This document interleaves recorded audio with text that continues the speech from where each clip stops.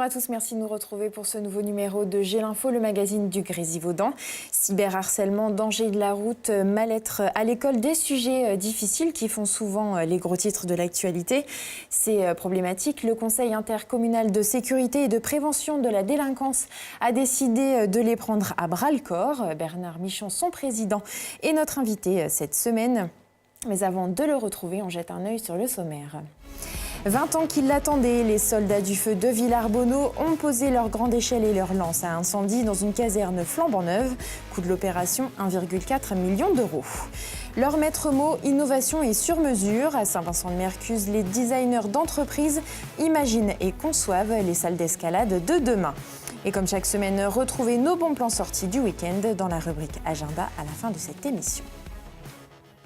Plus grande et mieux adaptée, la nouvelle caserne des pompiers de Villars-Bonneau répond désormais aux exigences d'un service public de qualité. Ils sont désormais 47 soldats du feu à intervenir 24 heures sur 24 en cas d'incendie ou d'accident. Visite guidée. 20 ans qu'ils l'attendaient, le rêve est devenu réalité pour les soldats du feu de Villars-Bonneau. Un centre de secours flambant neuf, coût de l'opération 1,4 million d'euros. Depuis 1978, on était dans une caserne qui était devenue obsolète par rapport à, bien sûr, l'espace et la configuration du terrain. On était en plein centre du village, on n'avait pas de parking, pas de cour extérieure. Et ça devenait compliqué pour pouvoir assurer nos missions, tant en tant que manœuvre que aussi sortie de véhicules pour des départs opérationnels. La nouvelle caserne est implantée dans la zone d'activité intercommunale de la Grande Île. Plus grande et surtout mieux adaptée, elle est composée d'un grand hangar équipé de 6 travées pour les véhicules, d'une tour d'exercice pour les manœuvres de secours et de plusieurs salles de formation. Et pour gagner en efficacité sur les temps d'intervention, 2 chambres à coucher ont été prévues pour les pompiers d'astreinte. Aujourd'hui, le règlement opérationnel nous donne un départ dans les 10 minutes. Jusqu'à présent, on n'avait pas de couchage qui permettait d'avoir des pompiers à demeure en caserne. Donc aujourd'hui, en ayant des pompiers qui puissent prendre une astreinte en caserne, le départ d'un secours à personne, ce qu'on appelle une VSAV chez nous, se fait entre 4 et 6 minutes. Et comme l'union fait la force, les pompiers de Froge et de Laval sont venus grossir les rangs. Ils sont désormais 47 soldats du feu, dont 8 femmes, tous volontaires, à intervenir sur un secteur géographique élargi. Maintenant, vous savez, la politique du SDIS depuis déjà pas mal de temps, c'est de regrouper les moyens et de mutualiser. Donc, il était naturel que Villars-Bonneau, qui est un centre de secours depuis longtemps, puisse fédérer autour d'elle un certain nombre de casernes et de centres de première intervention. Voilà, c'est ce qui s'est fait. Donc aujourd'hui, ce centre de secours fédère un petit peu Villars-Bonneau et les alentours. En 2016, à elle seule, la caserne de Villars-Bonneau a effectué plus de 940 interventions, les 3/4 pour secours à personne. Une sécurité qui n'a pas de prix pour le département, qui a décidé cette année d'allouer une enveloppe de 53,4 millions d'euros au SDIS de l'Isère. Vous avez entre 16 et 25 ans, vous êtes dynamique, motivé et vous avez envie de vous impliquer dans la vie locale. Ça tombe bien, les communes des Adrets, Laval, Sainte-Agnès, Saint-Mury et la Combe de Lancey cherchent 3 volontaires pour aller à la rencontre des jeunes. Une offre de service civique de 8 mois à raison de 25 heures par semaine qui débutera le 4 décembre. Alors tous à vos dossiers de candidature. C'est une boîte qui n'en finit pas de grimper. Je parle bien sûr d'entreprise. Depuis leur bureau à Saint-Vincent-de-Mercuse, les designers du leader mondial des murs d'escalade imaginent et conçoivent des produits sur mesure ultra innovants qui raviront les grimpeurs des 4 coins du monde. Amis grimpeurs, c'est dans ce bureau d'études que vos rêves deviennent réalité. Paul, Gaël et Hugo sont designers pour entreprise. Ils pensent et conçoivent les futures salles du spécialiste du mur d'escalade. Hauteur, surface, structure du bâtiment, des produits sur mesure envoyés aux 4 coins du monde. Nous, on va recevoir tout d'abord les contraintes du bâtiment et surtout ce que cherche à avoir le client. Si on va être sur du bloc, sur du mur de cordes ou des choses ou des mélanges des deux. Nous, on va devoir répondre à ses attentes, répondre à ses inclinaisons, à ses demandes de design et ses couleurs. L'idée, ça va être de proposer un design qui va être intéressant à la grimpe et puis surtout ajouter à ça tout ce qui va être normes d'escalade, les zones de chute, les zones de tapis et tout ce qui va en découler. La pratique de l'escalade est en plein boom. Pour surprendre les mordus de grimpe, Entreprise doit constamment innover. Matériaux, formes, couleurs, mais aussi concepts. Parmi les derniers nés, le Monkey Space, une structure entièrement modulable. L'idée, en fait, c'est que chacun puisse venir et faire son propre parcours. Ça peut être des barres de traction, ça peut être donc pour s'entraîner à l'équilibre, à la force, au saut. Voilà, donc on a des éléments en suspension, des macros donc qui sont déplaçables avec un système de sécurité à l'intérieur de panneaux bloquants. Autre innovation, l'escalade dite augmentée, une expérience ludique qui combine escalade, jeux vidéo et réalité augmentée. Jeux de ping-pong, labyrinthe, voyage dans l'espace, le mur d'escalade se transforme selon les parcours et les envies.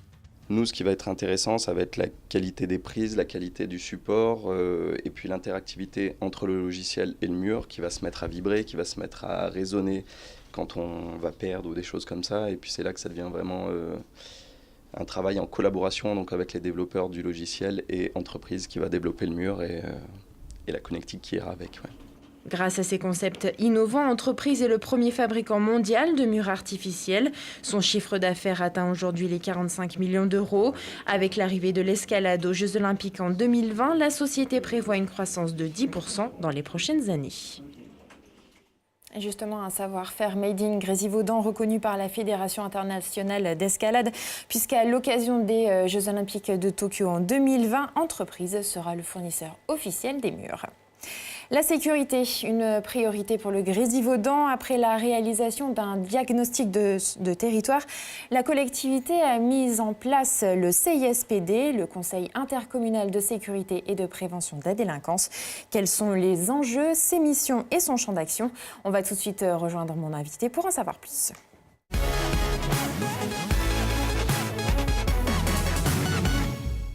Bernard Michon, bonjour. Bonjour. Vous êtes donc le président du CISPD, le Conseil intercommunal de sécurité et de prévention de la délinquance.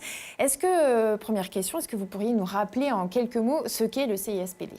Donc le CISPD est une instance que j'ai le plaisir de présider qui regroupe un certain nombre d'acteurs. Ces acteurs partenaires sont la gendarmerie, les polices municipales, le préfet, les services du préfet et le procureur, mais aussi tous les acteurs du monde socio-éducatif.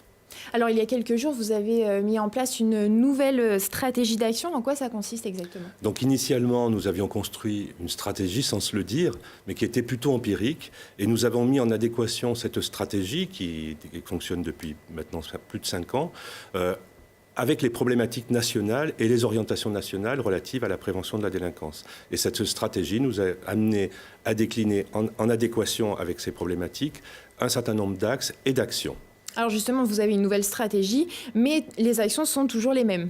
Alors, certaines ont évolué, puisque nous avions beaucoup centré sur la prévention éducative, non pas parce que les jeunes sont plus délinquants que les adultes, mais parce que ce sont les adultes de demain, et qu'on constatait que sur ce territoire, il y avait un certain nombre de jeunes en souffrance qui faisaient aussi souffrir l'environnement dans lequel ils étaient. Donc on a touché une multitude de domaines relatifs à la vie des jeunes. On était quand même bien centré sur la jeunesse et sur la problématique autour de la parentalité.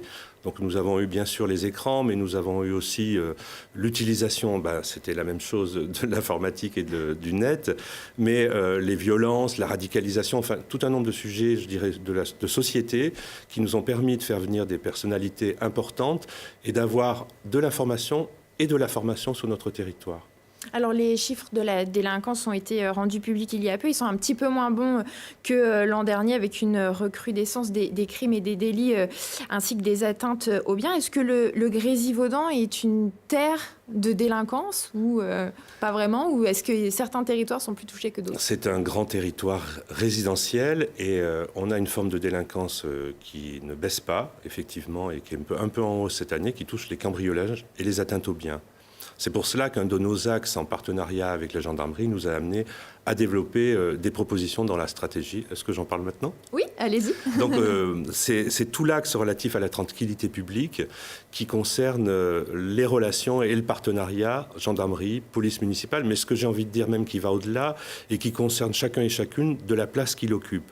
Et quand on est commune, quand on est maire, on a peut-être des choses à construire ensemble. Donc nous avons dans un premier temps travaillé sur l'interopérabilité interactivité, ça a été présenté dans vos différentes émissions, qui permet à la police municipale et à la gendarmerie d'être directement en connexion pour être plus efficace sur le terrain. Alors il a aussi été question de la vidéoprotection, de la vidéosurveillance, ça dépend de quel point de vue on se place. Donc là, c'est un sujet qui est un peu plus complexe, qui pour l'instant est certes dans notre stratégie, et nous y tenons au niveau du CISPD, mais qui va se faire, si elle se met en place, sur la volonté des communes. Oui, parce que c'est assez polémique comme sujet. Voilà, et comme je vous le disais tout à l'heure, la question aujourd'hui qui se pose, c'est le financement. Donc la communauté qui n'a pas autorité en matière de police est prête à financer un certain nombre d'équipements autour de la vidéoprotection, et on est bien dans de la vidéoprotection d'élucidation sur des carrefours stratégiques. Donc nous avons fait avec la gendarmerie tout un travail de repérage des carrefours stratégiques, mais pour cela, il faut la volonté des communes, et comme les communes sont actuellement un peu mise à mal sur le plan financier par l'État.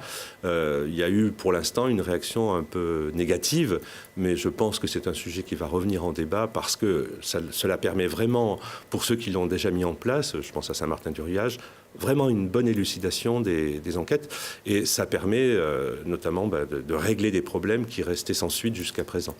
Alors, on parle beaucoup des délinquants, mais il y a aussi les victimes. À travers le CISPD, vous avez mis en place une cellule d'aide aux victimes. Donc, sur le territoire du Grésivaudan, il n'y avait pas cette cellule d'aide aux victimes. Nous avons passé un contrat qui va se formaliser dans les jours à venir avec l'AIV, l'aide aux victimes, et qui va pouvoir proposer des permanences, dans un premier temps sur la gendarmerie de Saint-Imier, et puis, je l'espère, l'an prochain sur Pontcharrat.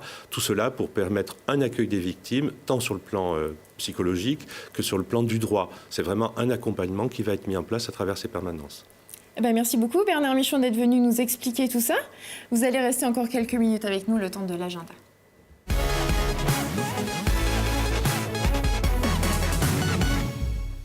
Avis aux amateurs d'intrigues et de mystères. Vendredi, l'espace culturel de Tencin propose Opération Lune, un documentaire signé William Carell. Entre faits réels, fiction et hypothèses, ce film retrace la conquête de l'espace du président américain Richard Nixon. Construit autour de réelles interviews d'Henry Kissinger ou Buzz Aldrin, il jette le trouble et nous rappelle le pouvoir des images et leur possible manipulation. La projection débutera à 18h30 en présence du réalisateur. Et puis c'est la foire aux Adrets. Dimanche, le village sera en effervescence à l'occasion de la 45e foire d'automne. Des stands de producteurs et d'artisans locaux seront installés un peu partout dans le centre. L'occasion de goûter au fameux jus de pomme issu du pressage des fruits ramassés par les habitants. Alors n'hésitez plus, c'est toute la journée. Voilà, c'est la fin de ce GÉ l'Info. Merci à tous de nous avoir suivis. Rendez-vous la semaine prochaine.